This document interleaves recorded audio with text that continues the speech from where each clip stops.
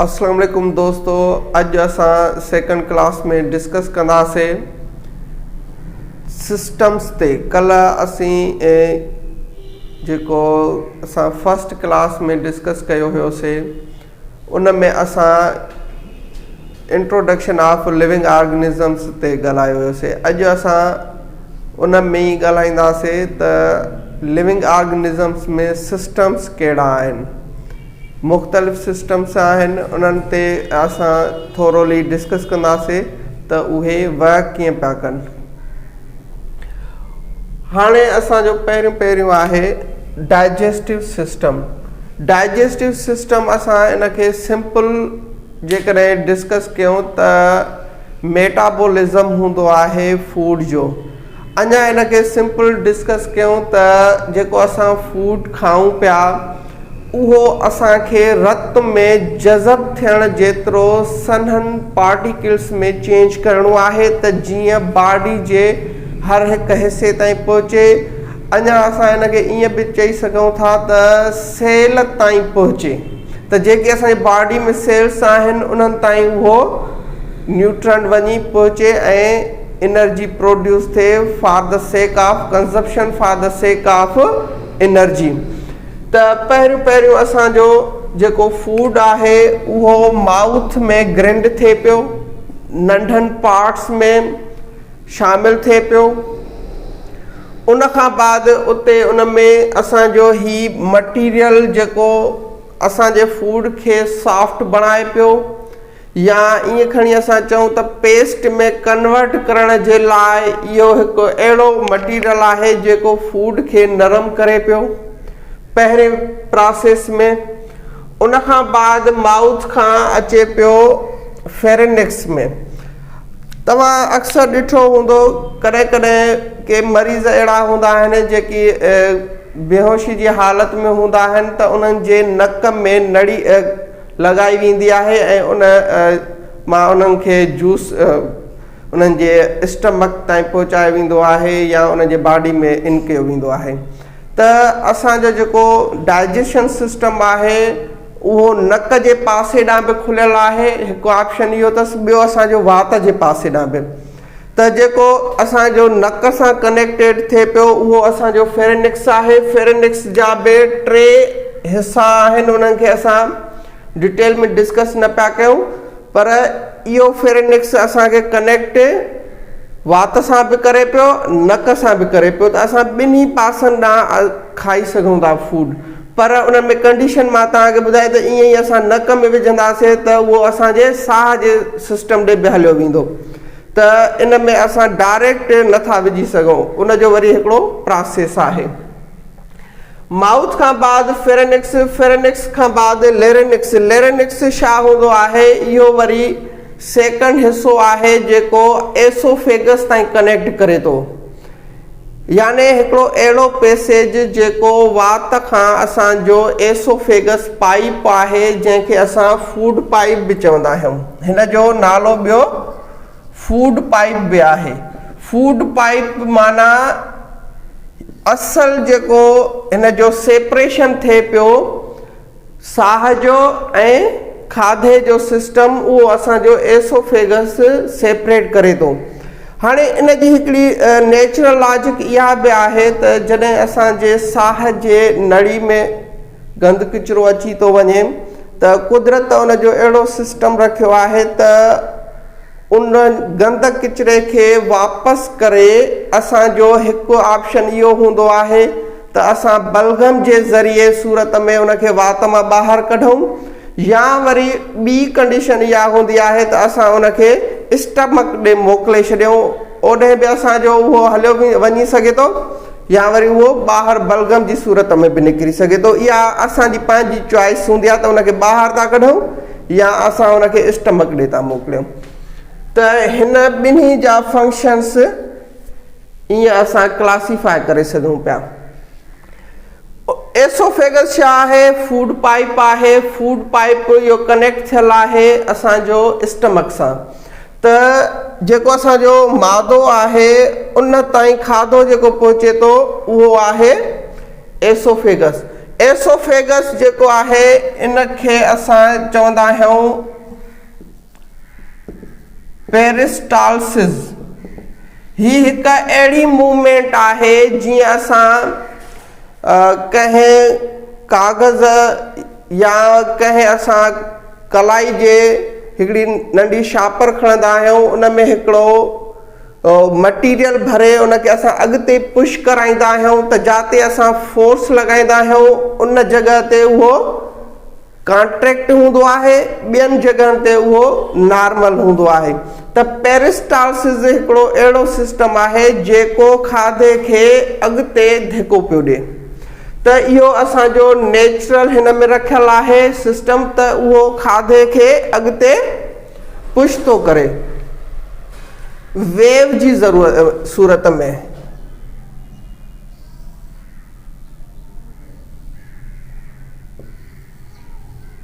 हाणे ॾिसो तव्हां, ही हिकु अहिड़ी कंडीशन आहे जेका हिते खाधे खे अॻिते पुश थी करे। त यानी हिते को बि खाधो आहे उनखे अॻिते पुश करण जे लाइ हिन जॻह ते कॉन्ट्रैक्ट थो थिए त जीअं उन खाधे खे अॻिते पुश करे सघे। वरी उन खां बाद हितां वरी ॿी वेव स्टार्ट थींदी, वरी हितां असांजो खाधो वरी ॿीहर पुश थींदो, यानी हिकिड़ी जीअं वेव फॉरवर्ड थींदी आहे अहिड़े तरीक़े सां खाधो अॻिते पुश पियो थिए। उन खां बाद असांजो अचे पियो खाधो स्टमक ते। जॾहिं स्टमक में खाधो पहुचे थो त उते बि उन ते खोड़ सातरा प्रोसेसिस थियनि पिया। हिकिड़ो प्रोसेस इहो थिए पियो त उन में हाइड्रोक्लोरिक एसिड जेको आहे शामिल कयो वञे थो, जेको स्टमक जे भित मां निकिरे थो, स्टमक जे लेयर्स मां निकिरे पियो। स्टमक जो जेका थैली आहे या उन जा जेके साइड सां लेयर्स आहिनि उन्हनि मां इहो ठही करे निकिरे थो। ॿियो उन में आहे गैस्ट्रिक जूस, इहो बि साॻे तरीक़े सां प्रोड्यूस थिए पियो। त हिन जो एसिड जो मेन जेको फंक्शन इहो आहे त जेको असां खाधो खाऊं पिया उन में बैक्टीरियाज़ या ॿिया लिविंग ऑर्गेनिज़म्स दाख़िल थियनि था टिनी, त उन्हनि खे ही किल पियो करे, यानी उन्हनि खे टोटली ईअं सम्झो त डेड पियो करे, त जीअं उहो असांजे जिस्म में बैक्टीरिया दाख़िल न थिए ऐं असां में बीमारियूं न फैलजनि। त इहो इन जो मेन फंक्शन इहो हूंदो आहे। ऐं इन खां बाद हिकु ॿियो सेकेंडरी ईअं बि चई सघूं था, इहो खाधे खे ॻाढ़ण में बि हेल्प थो करे। त कोई खाधो आहे सॉलिड शक्ल में आहे त उनखे ॻाढ़ण में हेल्प थो करे। उन खां बाद गैस्ट्रिक जूस अहिड़े तरीक़े सां साॻियो ई कमु पिया कनि। उन खां बाद अञा हिकिड़ी पॉइंट ॿी ॾिसूं त स्टमक असांजो ॻोथरी वांगुरु आहे। ॻोथरी इहा कॉन्ट्रैक्ट बि थिए पई ऐं उन खां बाद एक्सपांड बि थिए पई। त इन कॉन्ट्रैक्ट ऐं एक्सपांड जो मेन फंक्शन छा हूंदो आहे त उन खाधे खे अञा वधीक पेस्ट में दाख़िल चेंज कयो वञे त जीअं हू सवले तरीक़े सां ब्लड में दाख़िल थी सघे। उन खां बाद जॾहिं उहो स्मॉल इंटेस्टाइन ताईं पहुचे पियो, स्मॉल इंटेस्टाइन में जॾहिं उहो पहुचे थो त उन में अञा ॿिया जूसिस दाख़िल पिया थियनि। हिकिड़ो पेनक्रिएटिक जूस जंहिंखे असां नेचुरल इंसुलिन बि चवंदा आहियूं। उन खां बाद ॿियो आहे बाइल जूस। त इहे छा पिया कनि, असांजे खाधे जे न्यूट्रिएंट्स खे अञा वधीक नंढनि हिस्सनि में डाइजेस्ट पिया कनि, डिवाइड पिया कनि, त जीअं उहो असांजे रत में दाख़िल थिए। उन खां बाद अचे पियो लार्ज इंटेस्टाइन। स्मॉल इंटेस्टाइन खां जॾहिं मूव थी लार्ज इंटेस्टाइन में पहुचे थो त उते बि खाधे मां एब्जॉर्प्शन थिए थी वाटर जा, जीअं या खोड़ सातिरो अहिड़ो लिक्विड जेको उन मां लिक्विड साइड पियो थी वञे ऐं हार्ड जेको फेसिस आहे उहो असांजो रेक्टम ताईं पहुची। हीअ हिकु रेक्टम छा आहे, ॻोथरी आहे जंहिंमें जमो थिए पियो। जॾहिं हीअ फुल थी वेंदी असांजे ज़हन जे तरफ़ां उन ॾे छा वेंदो, हिकिड़ो मैसेज वेंदो त तव्हां जेको आहे उनखे रिलीज़ कयो यानी उनखे एक्सक्रीट आउट कयो। ही जेको असांजो माउस खां स्टार्ट थियो एनस ताईं इहो समूरो असां जेको डिस्कस कयोसीं इहो असांजो फिज़िकल हुयो, पर इन में केमिकल प्रोसेस बि आहे। जीअं हिते असां माउथ में उनखे नंढनि पीसिस में कयूं पिया त सेलिवा दाख़िलो उन में थिए पियो, उनखां बाद उहो ॻरणु शुरू पियो करे, त इन दौरान आहिस्ता आहिस्ता स्लोली उहो केमिकल रिएक्शंस जो बि प्रोसेस हलाए करे उन में मुख़्तलिफ़ जेके असांजा न्यूट्रंट्स आहिनि उन्हनि में कन्वर्ट थिए पियो या उन्हनि मां उहा शइ ॿाहिरि धार थिए पई ऐं उहा असां यूज़ कयूं पिया। त कंप्लीट जेको आहे असांजो फंक्शन, कंप्लीट डाइजेशन असांजो माउथ में बि थी सघे थो। मिसाल जी तौर ते असां पंहिंजी ज़बान ते ग्लूकोस रखियोसीं, उहो उते ई डाइजेस्ट थी वेंदो, उनखे हेॾे अचण जी ज़रूरत ई कान्हे का। त ज़रूरी न आहे त असां जेको चऊं त असांखे स्मॉल इंटेस्ट ताईं या वरी स्टमक ताईं पहुचे खाधो, त इहे शयूं बि कंडीशनल ईअं सम्झो त आहिनि ऐं इन्हनि जो प्रोसेस असां किथे बि करे सघूं पिया। पर घणो जेको इस्तेमालु थींदो आहे, जेको जनरल असां फूड खाऊं पिया, मानी खाऊं पिया, उहो असांजो स्मॉल इंटेस्टाइन में थींदो आहे। छो त असांजो फूड सॉलिड शक्ल में आहे या वरी लिक्विड बि थी सघे थो। लिक्विड असां मिसाल जी तौर ते ऑरेंज जूस पियूं पिया त उहो डायरेक्ट असांजो स्टमक ताईं पहुचे पियो, उन ते ॿिया जूसिस अप्लाई थियनि पिया, उन्हनि जा बैक्टीरियाज़ किल थियनि था, उनखां बाद उहो असांजे रत में दाख़िल थिए थो। त इन में असांजो केमिकल रिएक्शन या केमिकल चेंज जेका फूड जी आहे माउथ में बि थी सघे थी, उहा असांजी स्मॉल इंटेस्टाइन में बि थी सघे थी। त इहा उन खाधे जी नेचर आहे, उन खाधे जी कंडीशन आहे त उहो कीअं पियो थिए। उनखां बाद असां थोरो इन जो ओवरव्यू वठंदासीं त इन्हनि जा डिसऑर्डर्स कहिड़ा आहिनि, या ईअं खणी असां चऊं त जेको असां खाधो खाऊं था त उन्हनि जा साइड इफेक्ट्स बि थी सघनि था जेकॾहिं असां उहो बैलेंस्ड नथा खाऊं। इन जे लाइ असां इहे लफ़्ज़ ॿुधंदा आहियूं, बैलेंस डाइट कयो, बैलेंस डाइट कयो। बैलेंस डाइट जो मक़सदु इहो आहे त sufficient amount of nutrients use कयूं जेको असांजो जिस्म रिक्वायर करे पियो। मिसाल जी तौर ते विटामिन सी आहे, जेतिरी असांजे जिस्म खे घुर्बल आहे ओतिरी मिले, वधीक मिलंदी बि नुक़सान आहे, घटि मिलंदी बि नुक़सान आहे। पर उहा कंडीशन आहे त केतिरो अमाउंट वधी वेंदो त नुक़सान ॾींदो, केतिरो अमाउंट वधंदो त उहो नुक़सानकार न हूंदो। इहा बि वरी उन में कंडीशन अचे पई। त बहरहाल असां ॾिसंदासीं त बैलेंस्ड हुजे।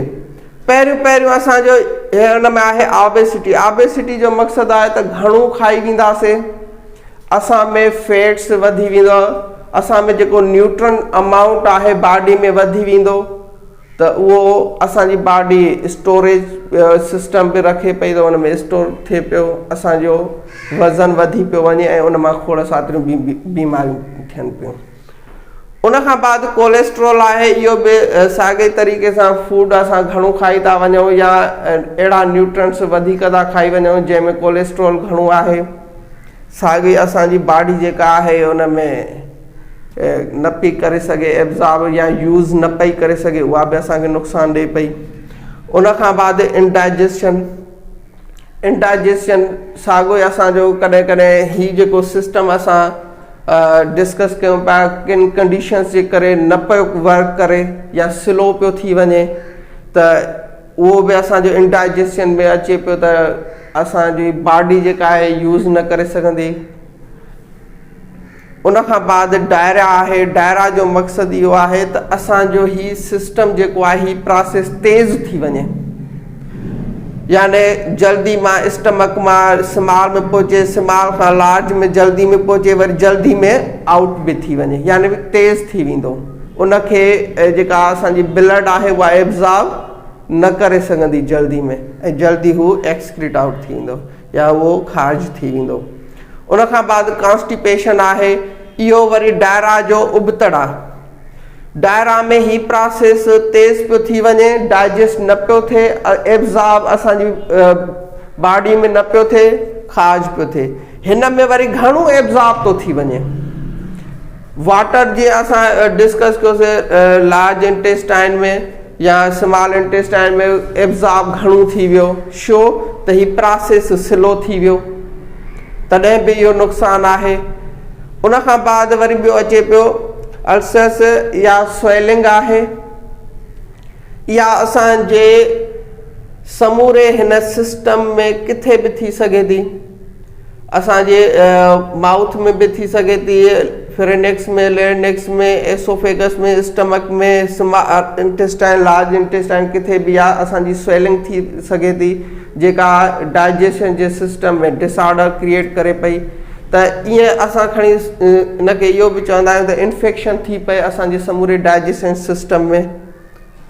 उन खां बाद असां इनखे प्रॉपर कीअं हलायूं, इन जो सिंपल इहो ई आहे हल त असां बैलेंस डाइट कयूं, असां ख़्यालु कयूं जेतिरी एनर्जी या जेतिरो फूड जेके न्यूट्रंट्स असां खाऊं पिया उहे बैलेंस्ड हुजनि, जेतिरी असांजी बॉडी जी कैपेसिटी आहे रिक्वायर्ड ओतिरो असां कंज़्यूम कयूं त इहो असांजे लाइ बहितरु हूंदो। ऐं उन खां बाद किन जो इहो बि चवणु हूंदो आहे या असां जेके ॿुधंदा बि आहियूं त सब्जियूं खाओ त तव्हांजो जेको आहे सही रहंदो मादो, तव्हांजो जेको आहे समूरो प्रोसेस सही रहंदो। इहो बि ठीकु आहे, पर इहा असांजी फाइनल कंडीशन न आहे त इन सां ई दुरुस्त थी सघे थो। इन सां गॾु ॿियूं खोड़ सातिरियूं शयूं बि थी सघनि थियूं। जीअं असां स्ट्रेस वरितोसीं किन ॻाल्हियुनि जो, उहो असांजे डाइजेशन सिस्टम ते असरु करे थो। असांजो जेको रेस्पायरेटरी सिस्टम आहे उहो बि अफेक्ट थिए थो। असांजो जेको दिलि जो सिस्टम आहे उहो बि अफेक्ट थिए थो। सिंपल असां छा कयोसीं, स्ट्रेस वरितोसीं, डाइट बि सही आहे, न्यूट्रंट्स बि सही आहिनि, बैलेंस डाइट बि आहे, सिर्फ़ु स्ट्रेस जे करे इहे डिसऑर्डर में बि वञी सघनि था। त इन में असांखे का बि हिकिड़ी शइ न आहे ॾिसणी, इन जा मुख़्तलिफ़ एस्पेक्ट्स ॾिसणा आहिनि त उहे कहिड़ियूं शयूं आहिनि हिन समूरे प्रोसेस खे अफेक्ट कनि पियूं या रोकनि पियूं, या ईअं खणी चइजे त असां उन्हनि खे जॾहिं यूज़ कयूं पिया त उन्हनि जो प्रोसेस सही न पियो थिए त जीअं असांजी बॉडी खे एनर्जी मिली सघे।